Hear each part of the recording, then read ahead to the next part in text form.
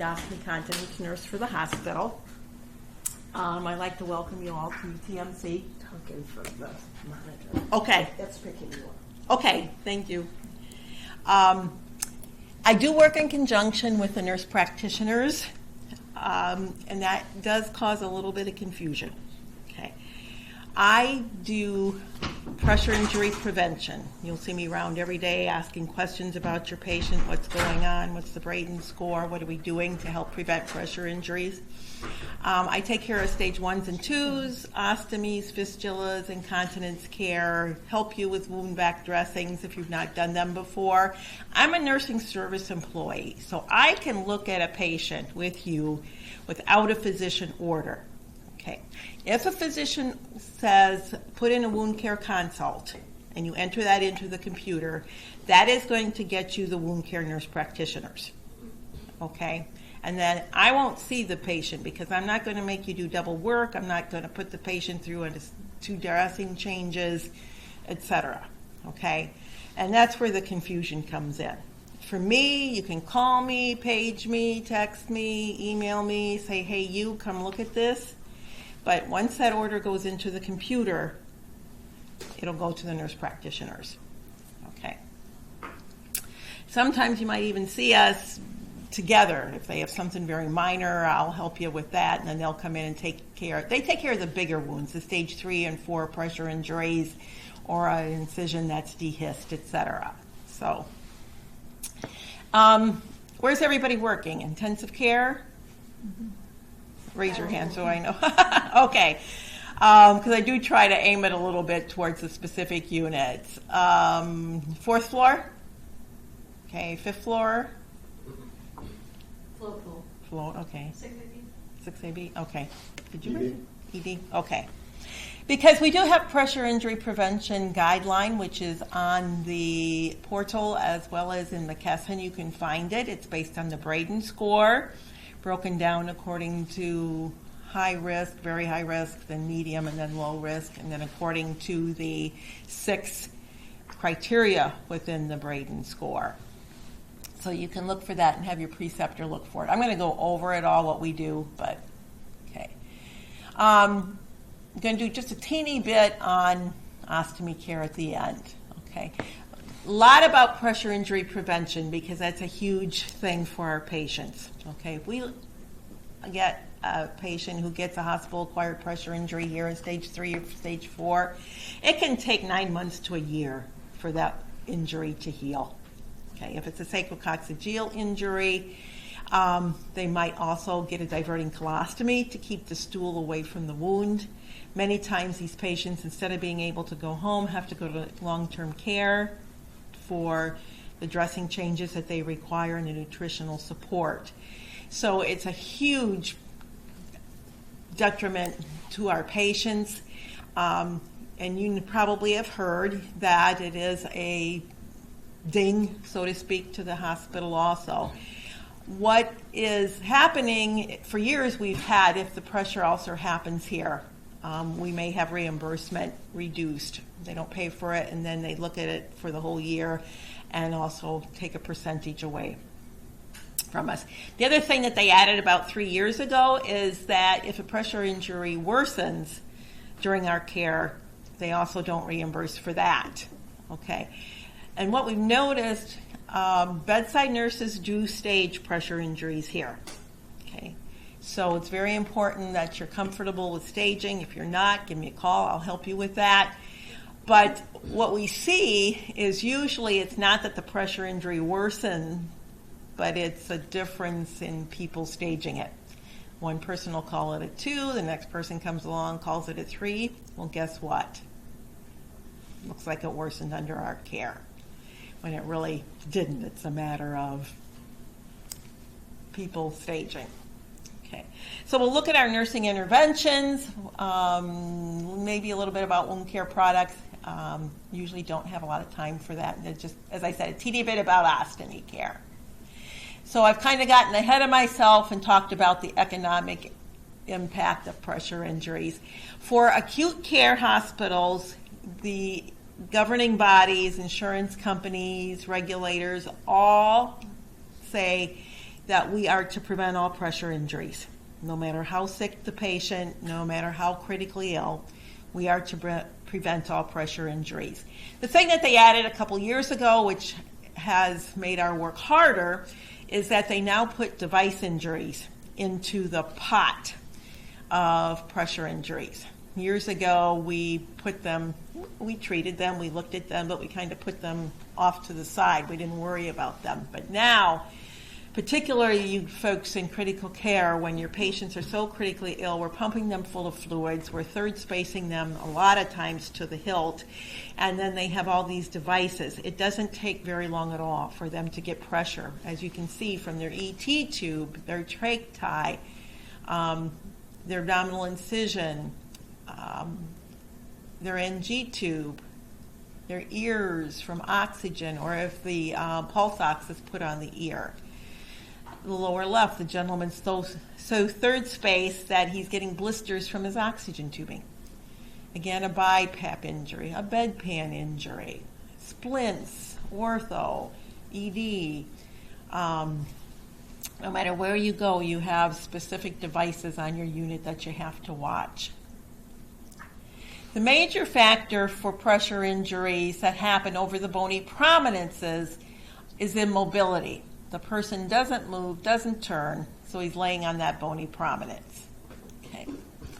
So a pressure injury is defined as a wound over a bony prominence, can be any bone in your body, or under a device. So we want to be sure that we're not saying that the blister from tape on the abdominal incision is a stage 2 pressure injury.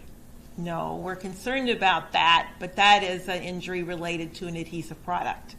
Okay, so again, over bony prominence, under devices are what our pressure injuries are. And a pressure injury is really lack of blood flow, and then ischemia or necrosis happens to the tissue. Right now, if you think about it, you're all sitting on your ischial bones with tremendous pressure. Okay. They say it takes 32 millimeters of mercury to close off the capillaries. If we did pressure measurements on your ischials right now, you probably have about 300 millimeters of mercury. So you're closing off your capillaries. So why don't you get a pressure injury? Because you guys are all young and healthy, for one. 2, you get the pain sensation. Your butt hurts, so you move around. You change your pressure point. You lean back, you lean forward, you cross your legs the other way. That changes the pressure point. But when you're in the ICU and you're chemically paralyzed because you're on a ventilator, guess what? You don't feel pain. You're not going to move. You're not going to wiggle. We don't want you moving too much. We don't want you pulling out your ET tube. But that's what you get. You get pressure from the bone or the device against the skin, cuts off the blood flow, which leads to inflammation. What happens when we get inflammation? The body sends the chemicals there, particularly histamine, which further closes off the blood vessels. And that leads to tissue death. How quickly do you think a pressure injury can happen? Any guesses? A day? Okay. Anybody else? 12, okay. They say 2 hours with the worst circumstances. The worst circumstances are going to be a little 80-pound lady who falls in Wasion and breaks her hip. They get called. They don't know what happened, so they put her on a backboard. Okay. How much padding does she have over that sacrococcygeal area if she weighs 80 pounds? Nothing. Put her on a backboard. She goes to the little hospital in Wasion area. They say, oh, no, she needs ortho. We're going to transfer her to UTMC. Get her to UTMC. They do the workup. Now, they have a protocol to get folks off the backboard as quickly as possible. But they turn her coccyx has purple area already. Okay. That's the worst circumstance. Okay. Now, that would be present upon admission, so it's very important that we document that. But that's just an example to show you how quickly they can happen. The other thing that's coming out in the literature now is that they think many pressure ulcers are happening in the OR. Okay, because, again, hard surfaces, pressors, critically ill patient, so they can happen very quickly. Okay, so we know pressure is one of the etiologies. Shear is the sliding. Okay, and if you anybody ever see a stage 4 sacral ulcer where they have all that undermining, you can go under the edge of the wound. We think that's related to shear, in that the bone kind of stays in one place and then they scoot against the mattress and tear the blood vessels at an oblique angle. Okay, so shear is a big one. Friction can cause superficial injuries. And the big thing now that's being looked at or talked about in the literature is moisture and skin temperature, which we refer to as microclimate. Okay, and that's why, we'll see in a minute, we use the sacral foam dressings to help manage that temperature and moisture. Okay, intrinsically, because if you look at the Braden score, which we'll talk about in a moment, there's the 6 categories, but there's an asterisk on that Braden score. Take a look at hemodynamically what's happening with your patient. How many chronic diseases do they have? And I wish they would add that as major categories. Okay. But vasoactive drugs, those of you in critical care, once you begin to run your pressor agents on the patient to maintain blood pressure, that affects, we're shunting the blood from the distal or peripheral area to the major organs. So what does that do? Further shuts off those blood vessels. And once you begin to run vasopressin, that drug is horrible for the skin. So if you're running vasopressin, be sure you're taking a look at what's happening with the skin. Sepsis is another. Many patients with sepsis. They get the vasoactive drugs, they get fluids poured in, they get third space. Malnutrition, advanced age, that's in all the literature, but actually if we take a look at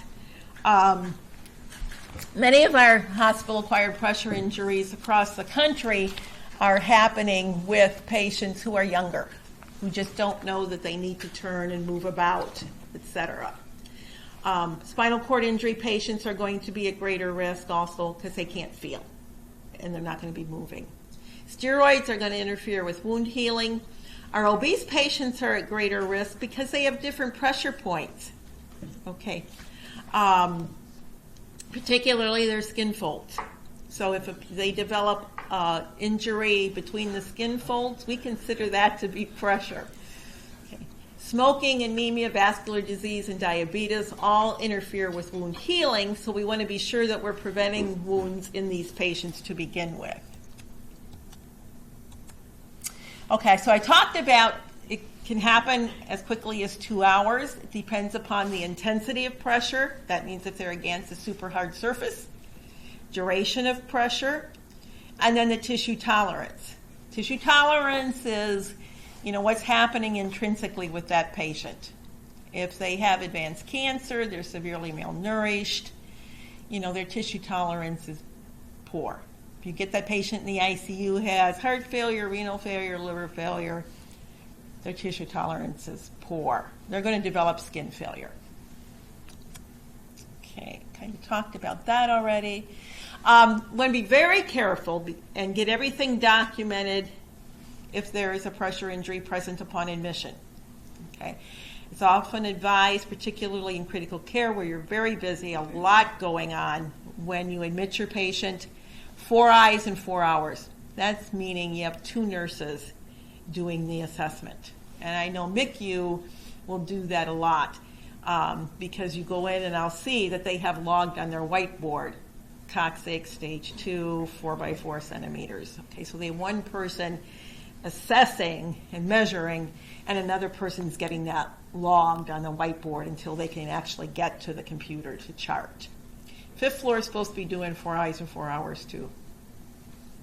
Ask Colleen how that's going. I'm not sure. But that's one of the things that we kind of notice. There's a question, does a patient have a pressure injury? And people will answer yes, but then there isn't anything else documented after that. So want to be sure that we get it documented. Dressing should be removed so that you can assess the pressure injury. vac dressings, if they come into us with the vac dressing in place, needs to be removed. You can always put on normal saline until everybody else who needs to assess the wound gets there. And by that I mean like the nurse practitioner or the physician. Now, the only time you wouldn't take a dressing off, of course, is if that patient just came to you from the OR and had a debridement. You know, you don't change that first surgical dressing. So our stages of pressure injury, and they are now called pressure injuries, not pressure ulcers anymore. A stage 1 is going to be red intact skin, again, under device over bony prominence. Okay, and this can be very challenging to see in a person with darkly pigmented skin. So what's recommended with someone with darkly pigmented skin, be sure you have all the lights on. Okay, I find it more helpful if I don't look straight on at the coccyx, but if I go to the foot of the bed and kind of look at the coccyx, I can often see it by looking at an angle versus straight on. Some of the newest literature coming out says moisten the skin. That hasn't helped me, but it's a cue that might help you in seeing this. But if that skin over bony prominence looks darker, consider that to be a pressure injury. Okay, that's what you're first going to notice. Some of the stuff says orange peel appearance. Well, if it's an orange peel appearance, that skin is probably blistered already. So you definitely have injury there. But again, the cue here is it doesn't blanch, okay, and doesn't go away once pressure is relieved over 30 minutes. A stage 2 pressure injury can be, as in the bottom picture, an intact, clear, fluid-filled blister, or that blister may have broken. Okay, but again, clear is the key word. Or loss of epidermis, very superficial. Okay, you don't have any depth that you can measure here. And they're now saying that stage 2 should be 100% red. If you have any yellow showing up, you better put it as unstageable. Okay. So when you go to measure this, like if you look at the buttocks in the top picture, you're going to measure your length and your width, but you're really not going to have a depth here. Okay, and if you roll your hand over it or would roll a swab, there's no drop off from the intact skin to the wound. Okay. Whereas with the stage 3 pressure injury, that can go down to the subcutaneous tissue, and when you roll the swab from the intact skin down into the wound, there should be a little bit of drop off so that you can get some depth measured there. Sometimes they're very blatant. You can see the subcutaneous tissue, but you should not be down to muscle, bone, tendon, etc. Okay. Stage 4s, usually people don't have any trouble with this because you see bone, muscle, tendon, etc. But you definitely will have depth that can be measured here. Okay. Unstageable pressure injuries. These we can't tell the depth, okay, because we have black eschar, yellow slough, gray slough, it might be green. And anymore, if I've got one teeny little bit of yellow, gray, black, I call it unstageable. Okay. Because if you call it a 3, and then they remove that section of slough and you're down to the bone at that point, makes it a 4, looks like it worsened under our care. Whereas if you call it unstageable, they know that that may worsen when it gets debrided. Okay. Now deep tissue injury, these are going to be maroon or purple, very, very, very dark red. These patients usually have taken high pressures over a short period of time. That little 80-pound lady who came in the backboard, okay, no padding on her sacrococcygeal area. When you turn her, she's probably going to have a purple area. Deep tissue injury. The other thing that's deep tissue injury is a blood-filled blister. Remember I talked about stage 2, it's going to be clear fluid in that blister. A blood-filled blister, particularly this is going to happen on a heel. Deep tissue injury. And why do we make the distinction? Because deep tissue injury will usually end up being a stage 3 or a stage 4 once it's debrided. So this is a deep tissue injury. I got called to the unit. The nurses said he's got a big bruise on his bottom. Oh, how would he get a bruise on his bottom, guys? He's been here a couple days. Don't think so. Okay. So that's why it's so important to think about your etiology. Okay, ecchymosis versus pressure, what you're going to do. And we're going to wait. It's going to be a while before the surgeons debride these. They won't be real aggressive because a lot of times with a deep tissue injury, the body will resolve some of that on its own. So you can see here all of the redness on the perimeter. On the left picture, the body's resolved. But where the patient had the deep purple area had to be debrided, and we're down, I'd still call this unstageable at this point, and they will go from deep tissue injury to unstageable until it's fully beefy red. But, and this is one. It was deep tissue injury, and then most of it turned unstageable. Don't know why. Don't know why that happens. Okay. All right, the Braden score, you're all familiar with the Braden score. I think it's used every place in town. Okay. Questions about it? Okay. Real quick, in your charting, you know, there's 4 categories. When you hover over sensory perception, the 4 criteria will come up. Okay, so you don't have to have it memorized. Just real quickly, under sensory perception, remember there's 2 criteria there. What are they doing mentally? And 2, paralysis. So if you have a paraplegic or a tetraplegic patient, they're not going to get a 4. They're unable to move part of their body. So it's going to move them down to a 1 or a 2. So be sure with patients with paralysis that you look at that second part of the definition. Okay. Moisture is pretty self-explanatory. Activity and mobility, it's not what's ordered. It's what is the patient doing. He might be ordered to be up and about, but if he won't get up and about because he's painful or he just is ornery today, he's not getting up and about. It's what's happening when you're working with that patient. Okay. Nutrition, I think, is one of the hardest ones, but actually if you look at the true definition of nutrition, what has happened over the past week?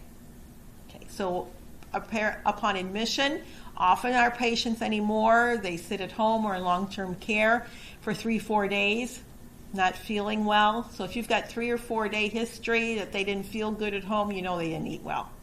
Okay, so put them lower.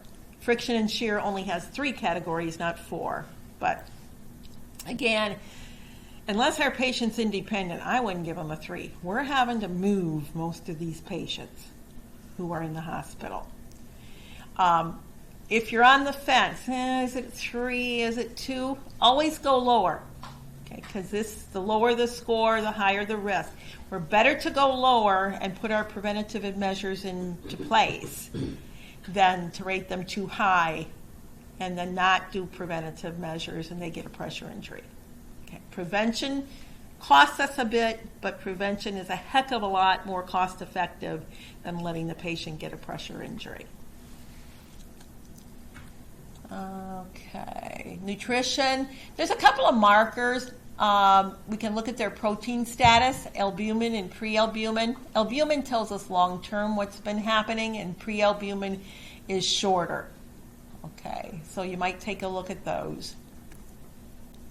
Okay. Our patients are at risk if they have a Braden score of 18 or lower. Now, between 15 and 18, they're at low risk, and most of the time these patients can move. They just need a reminder. You need to turn, sir. We don't want you to get a pressure injury. You've been on your back for 4 hours. It's time to get moving. Or they're watching their heels is the other thing, okay, that they're elevated on a pillow. Once they hit 14, that's when their risk really skyrockets for us. So at this point, on most of the units, we'll add the Gamar mattress. Now, all of our beds in the hospital, do have special foam mattresses which help reduce pressure. Your carts in the ED, you'll see many of them have something on there about pressure redistribution or pressure reduction. So we've tried to look at all areas because it's not just the nursing unit. We know that. It's wherever the patient goes within the hospital. We have to be concerned about pressure injuries. Luckily, many institutions keep their patients in the ED for long periods of time. We don't do that here. We try to get them out of the ED and into a bed as soon as possible. But so even in the OR, I said earlier that pressure injuries are thought to happen in the OR. So we went through probably 2 years ago now and got special cushions for all of our OR tables also to help reduce pressure during the cases. Probably our biggest challenge is the patients who go for cardiac cath and some of the diagnostic procedures. It's hard to put a special cushion on those tables because it interferes with the pictures that they can get. So particularly if your patients are going down for long procedures in x-ray or diagnostics, be sure you take a look at their skin when they return to your unit. Okay.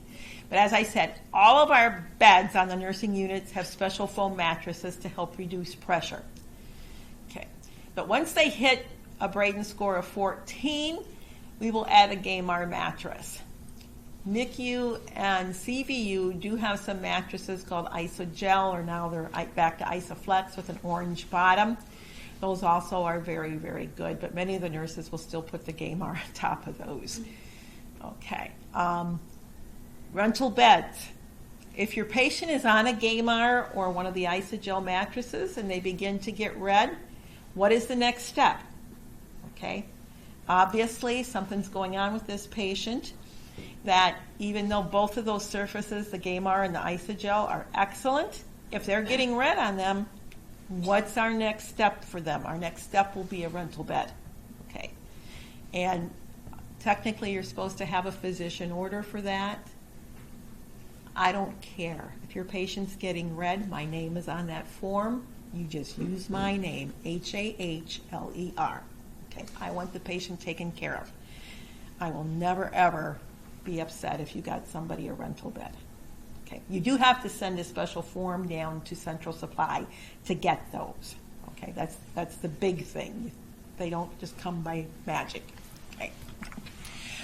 If your patient's at risk in the bed, when you get them up to the chair, they're at risk in the chair. So we have special chair cushions.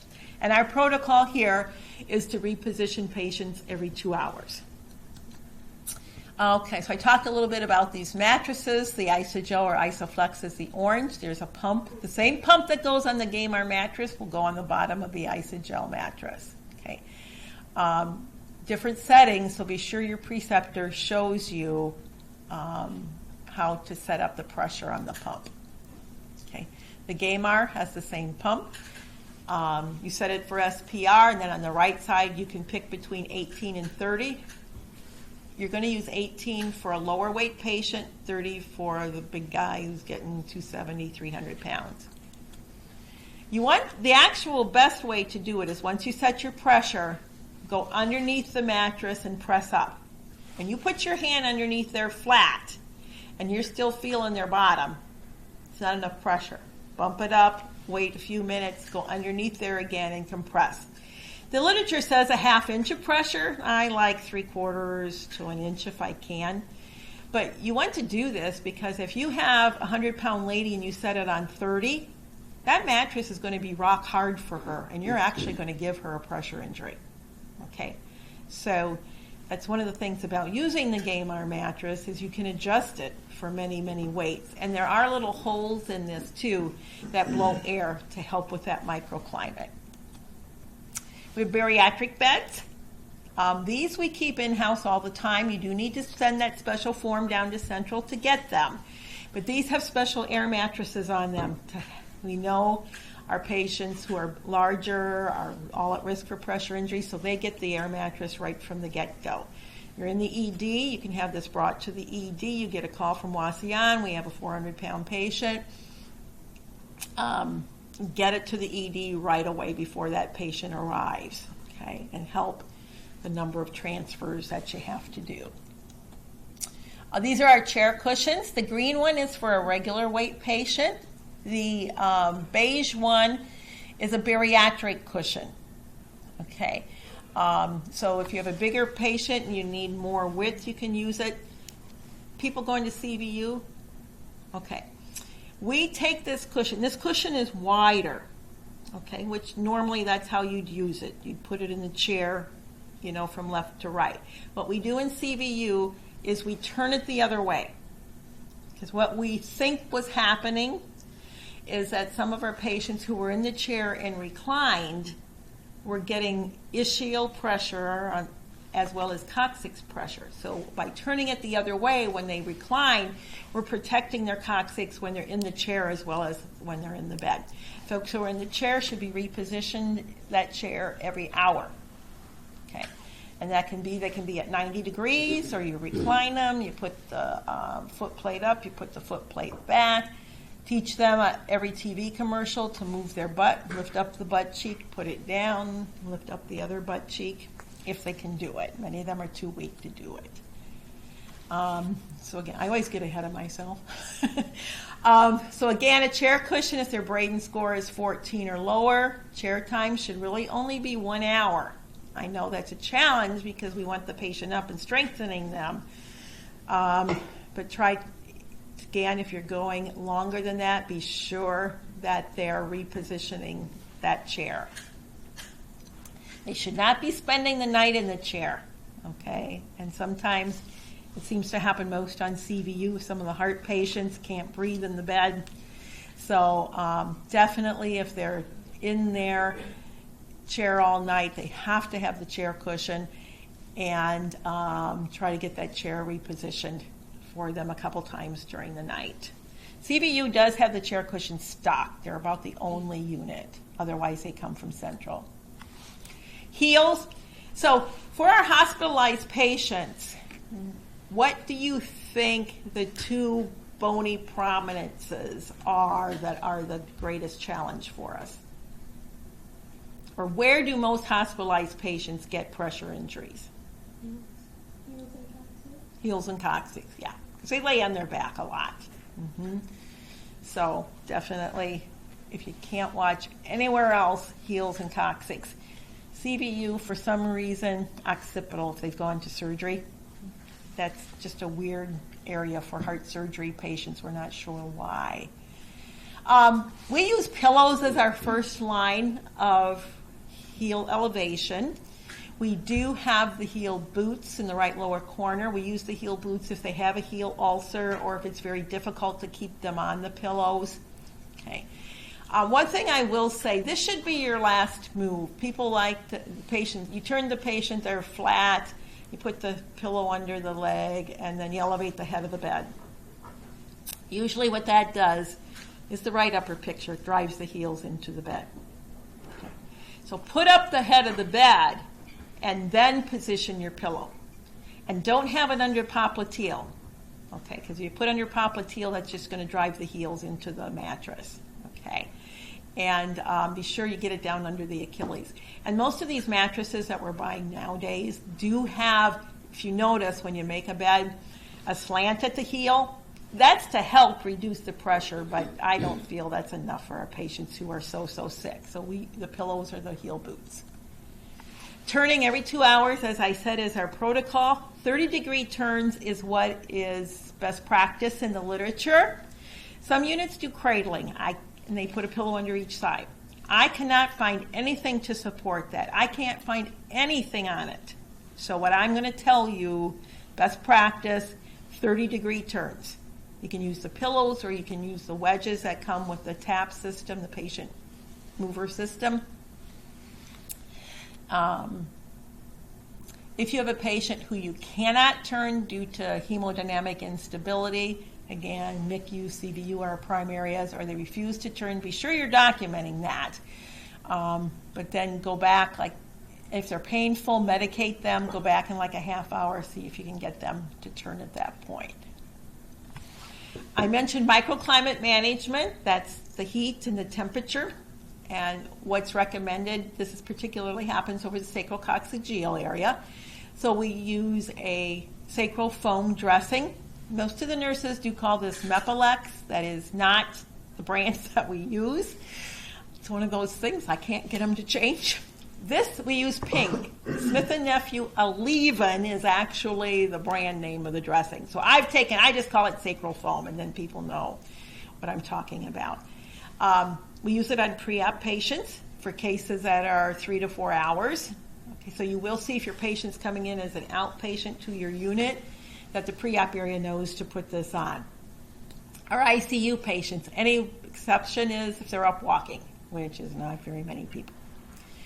If they're morbidly obese or very malnourished, if they're paralyzed, dialysis patients. It is to be changed every 3 days, but this is a dressing because of the silicone border. You can peel it back, assess your coccyx, and reseal it.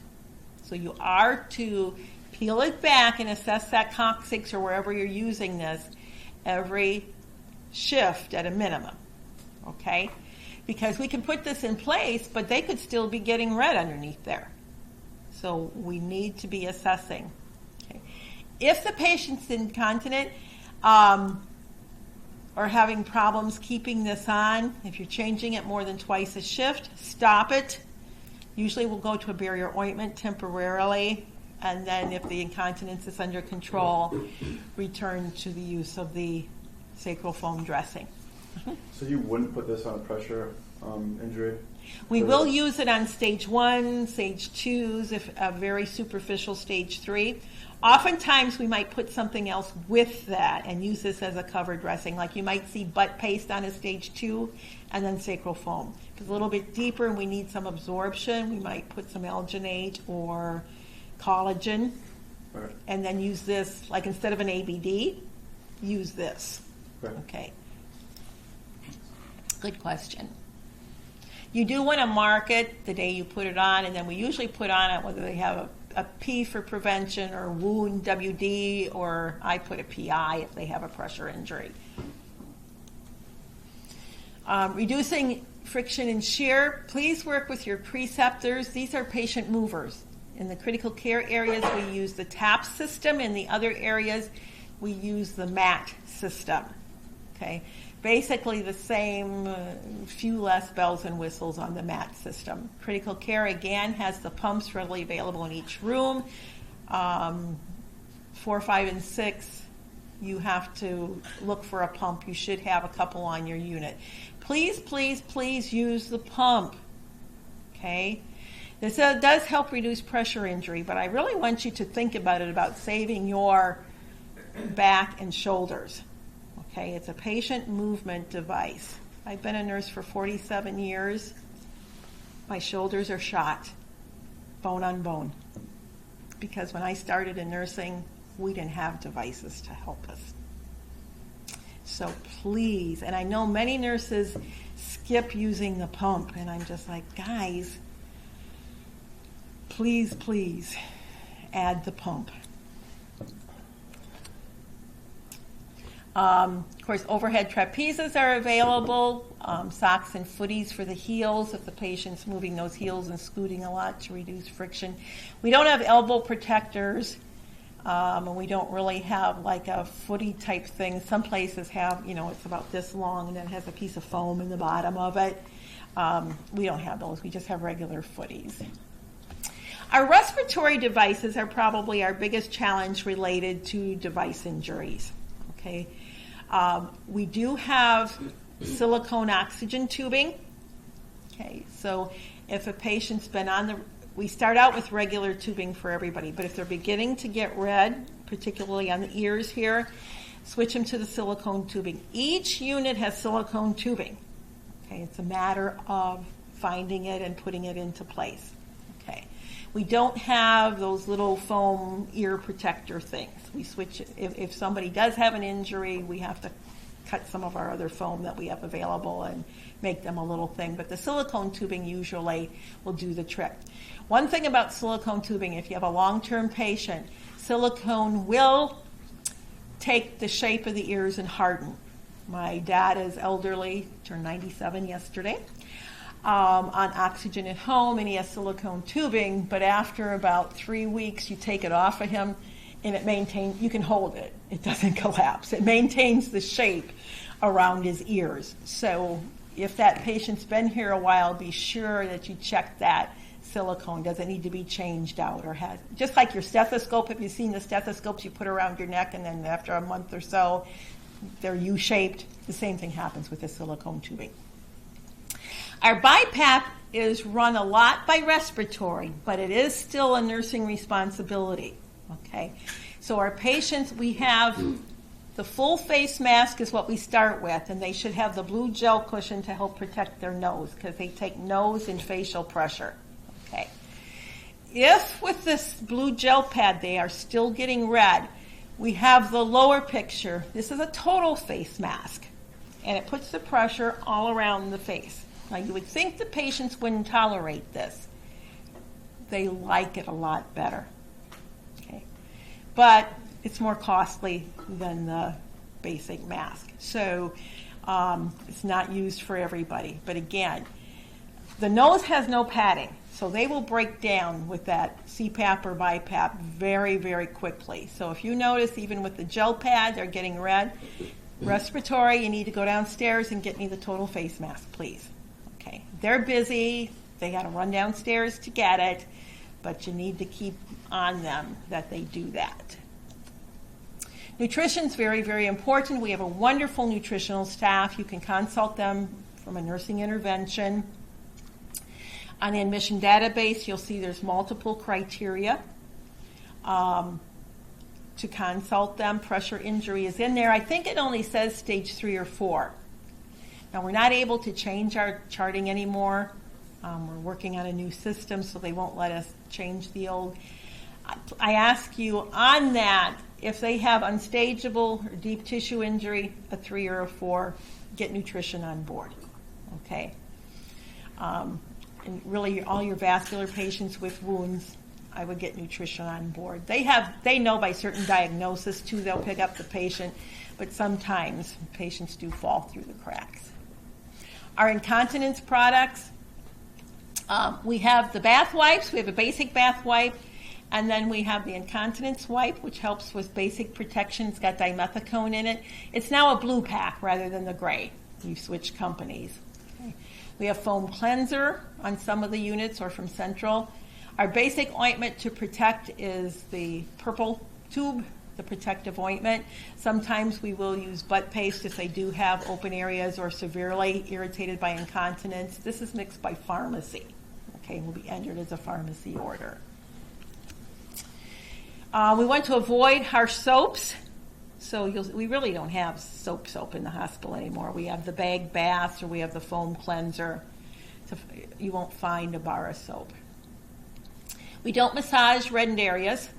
That was something that we learned years ago. So hopefully you're not learning that anymore because that just further closes off those capillaries. We don't use donut or ring devices. We use the chair cushions, which are a full cushion to redistribute the pressure.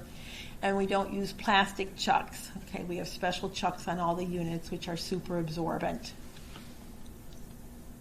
Patient and family education is very important. If you have a patient who doesn't want to turn, it's a matter of stepping back. You know, I'm here to help. And at this point, I won't say pressure injury. I'll say bed sore because your patients know bed sores. Okay. And they usually know Aunt Millie who had a stage 4 pressure bed sore that took forever to heal. You know, so if you remind them, we're here to prevent bed sores, which can be a severe challenge for you. Again, if they're painful, okay, I'll get you pain medication, and then in a half hour, I'll be back to turn you. Documentation, there's 2 areas. How many of you have been on the units already? Okay. So there's a skin section where your Braden score is, and then there's a question, does the patient have a pressure, and it's injury now. Again, if your patient has any pressure injury, you want to answer yes, and then you'll go down to the next section. There's a section for incision, wounds, pressure injury, and here is the first box that you start. Was it present upon admission?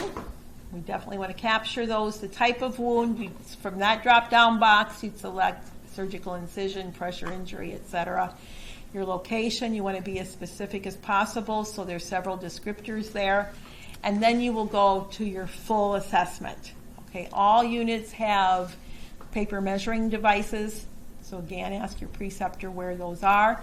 Wounds should be measured upon admission Mondays. We have measurement Monday. Or, of course, if they've had a debridement 2 days ago and now you're changing the dressing, it should be measured at that point. So length is always head to toe, width is left to right. Okay, if you get those two measurements. Okay, real quickly, a little practice. Turn over your patient, just came in from the ED. What are you going to chart in your charting? Why? Clear blister. Okay. Lots of redness on the perimeters, but clear blister. Unstageable. Excellent, unstageable. This patient's going to need debridement in the OR. Okay. This one can be a trick, and I threw it in here for this reason. Okay. Stage 3, because there is some depth when it falls off. But this is actually a venous stasis ulcer. But if you don't know what type of ulcer this is, I want you, upon admission, to put it down as a pressure injury. Okay. This could be a pressure injury from a brace the patient had. And the patient may be able to tell you that. Or the patient may be able to say, I've been going to the wound care center for this venous ulcer. Then you're going to know. Okay. Oh, and just a reminder too, the stages are only used for pressure injuries. If this is, you determine this is a venous stasis ulcer, this is you're going to use unable to stage, which you'll longhand, or put in your comments. Partial thickness, which is going to be like a stage 2, real superficial loss of epidermis. This would be full thickness. Okay, we're down to the deeper tissues. Okay. We don't want to call this a venous ulcer and then put stage 3, because the coders who sit in medical records and get to go through the chart all day long and code things for the insurance company, they see stage 3, and then they're going, oh, this is a pressure injury, and then they're going to go digging, okay, and see what we documented. So if you don't know, the patient comes in unconscious, you have no idea what happened to cause this wound, call it a pressure injury. Wound care nurse practitioner would probably be consulted for this wound. If they come through and put in their documentation it's venous stasis, cool. Okay, this one I put in, it's real hard. Mainly this pink silvery tissue is scar tissue. There is a little open area there. Okay, I would call that a stage 2. Because it's superficial, there's no depth. Okay, there is a lot of controversy that the tissue doesn't regenerate the same way. You don't remake muscle, fat, dermis, epidermis. You make granulation tissue and you re-epithelialize. So when scar reopens, what do you call it? Nobody knows.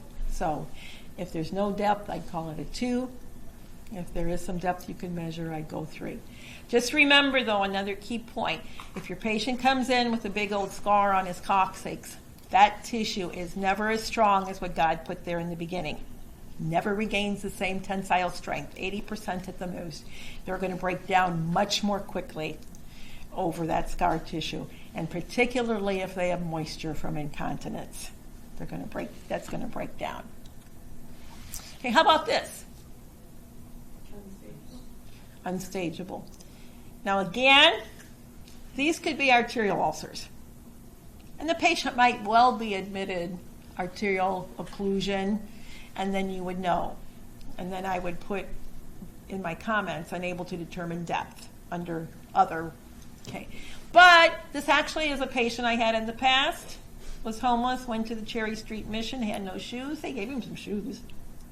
They were too small. So they were pressure. But unstageables, right. Okay.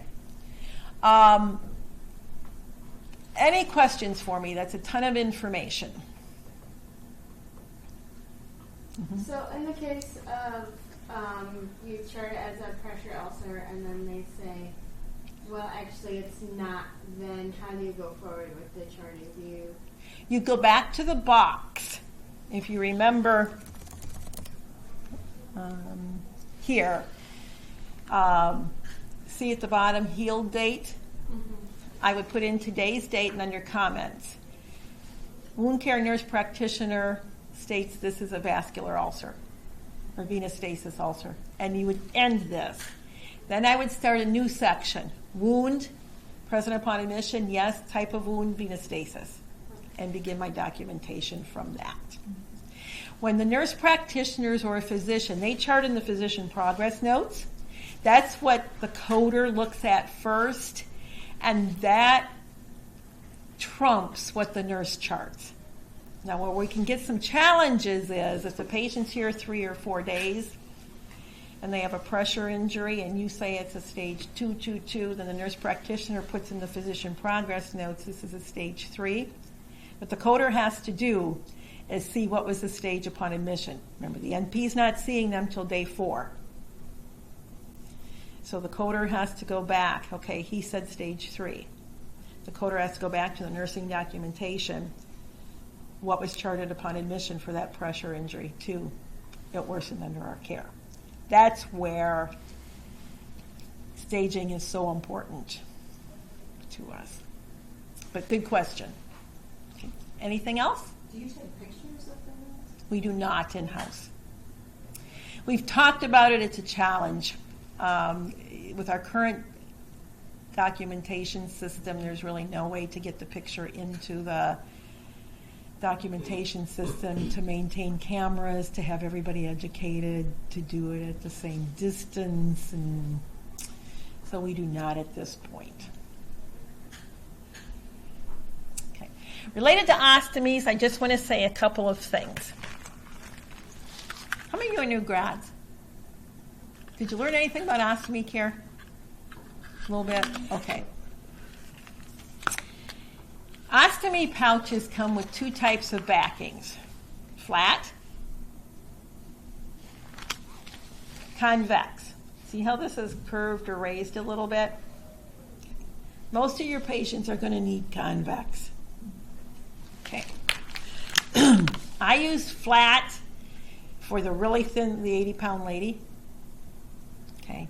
Or somebody who just has a rock-hard abdomen. They might be severely distended after surgery. Okay. Again, as I say, most of our patients have kind of roly-poly tummies. Okay. And when you sit them up, or the other thing that I'll do, pretend this button's a stoma, take your finger on top and underneath and press. And if that stoma goes into a big crease, then you need convexity. Okay. If you're using a flat, leak, convexity. Okay. The other thing that I use, I call this stuff putty, but this is Coloplast strip paste. This is Adaptoring. We have both. I like the strip paste better. It's a little more soft and malleable. But you're going to use this to fill those creases. Usually what I'll do is cut the opening. I don't use it this thick. I think it's too thick for most stomas. I'll take maybe a couple inches, flatten it out. I teach my patients to make a worm, put the worm around the hole. And then if they still have a lot of creases, I'll put pieces out here. But what you're using this for is to get a flat surface before you put the pouch on. Okay. The other trick is to always pull up on the abdomen. Okay. It might look nice and flat, but you've got wrinkles there. And if you try to put a pouch over skin wrinkles, it's going to leak for you. Okay. And our challenges often happen at nighttime. If you're having challenges, let me know. I don't have any way to know. I mean, I go through the chart every day, the units, and I recognize some of my patients' names, but I don't have any way to know that somebody has an ostomy unless you let me know. I don't have any way to know that you're having challenges with that pouching system. Okay. The new ostomies I usually can pick up, or they are putting in an order for me to come. And if I'm seeing the patient, I try to have the pattern there for you as well as the equipment. And I try to leave the yellow slip from Central. So if you run out, you know the Lawson numbers. You know, Have you seen that yet? That this is a Hollister pouch number 18403, but that's not how you order it. Our equipment all has different numbers assigned to it. So there's a big book on the unit of Lawson numbers. Now I hope I put it in here. Let me buzz through.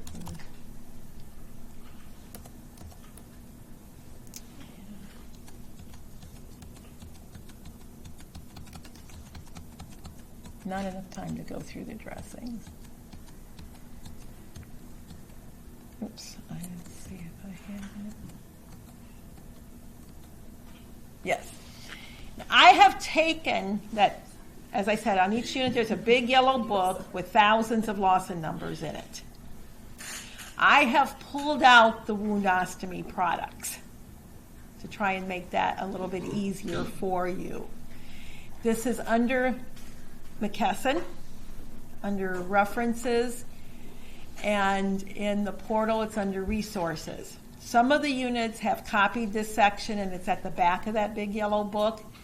But if you need supplies, and there's some pictures there also, there's some descriptors of when you would use stuff. I've highlighted the convex ones versus the flat to try and help make it easier for you to get the right ostomy equipment for patients. Okay, anything else?